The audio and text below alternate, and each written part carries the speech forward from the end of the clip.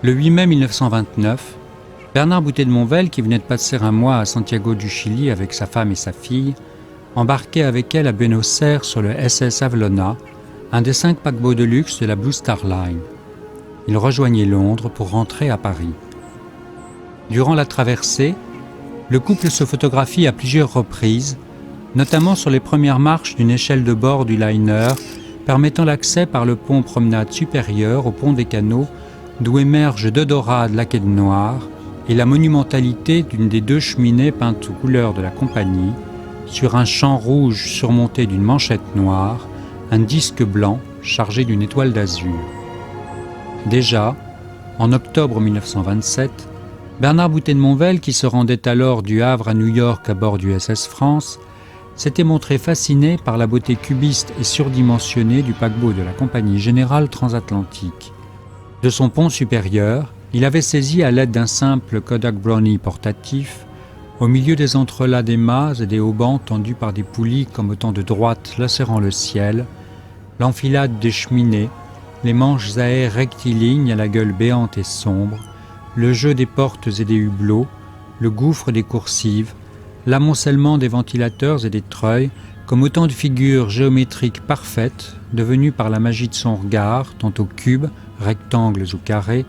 tantôt cercles, disques, cylindres elliptiques sous-cintrés.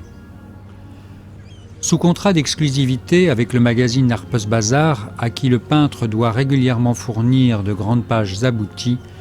Bernard Boutet de Monvel, comme pour faire écho au tableau qu'il peignit un an plus tôt d'après une Assyrie des environs de Chicago, dont le musée d'art moderne du Centre Pompidou conserve aujourd'hui un exemplaire, choisit d'utiliser une des photographies prises par lui de sa femme et de sa fille lors de la traversée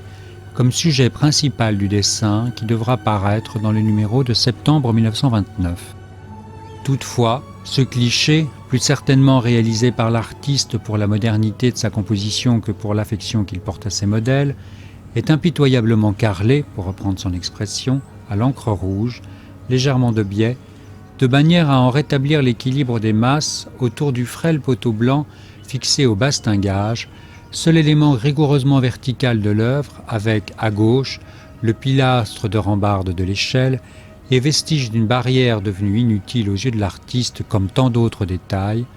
barres placées sous les marches, gaines de câbles électriques, gros automatique de la porte, rampes d'escalier, etc.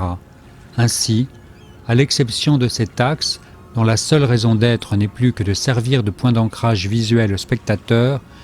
et de la 4e marche de l'échelle qui se révèle pour sa part parfaitement horizontale, pas une droite, pas un arc de cercle qui ne soit penché, incliné, comme pris du vertige provoqué par le tangage et le roulis. Chaque masse, à l'épure puissamment architecturée de lignes aussi essentielles qu'incisives, est alors modelée par Bernard Boutet de Monvel de petits traits juxtaposés, selon la technique employée par les primitifs italiens pour peindre à fresque, assurant à l'ensemble du dessin une perfection quasi mécanique, inhumaine et glacée. Cette même année 1929, l'artiste américain Charles Schiller, qui s'était vu commander à des fins commerciales des clichés photographiques du SS Majestic, peignait d'après l'un d'eux un tableau célébrant la déshumanisation d'un monde envahi par la machine qu'il baptisa Upper Deck. Cette œuvre, fondée comme le dessin de Bernard Boutet de Monvel sur l'omniprésence de la machine, sur la pureté géométrique d'une composition tendant vers l'abstraction et sur le réalisme quasi-photographique de sa représentation, deviendra une icône du précisionnisme, le mouvement fondateur de la modernité dans l'art américain qui influencera jusqu'au pop art.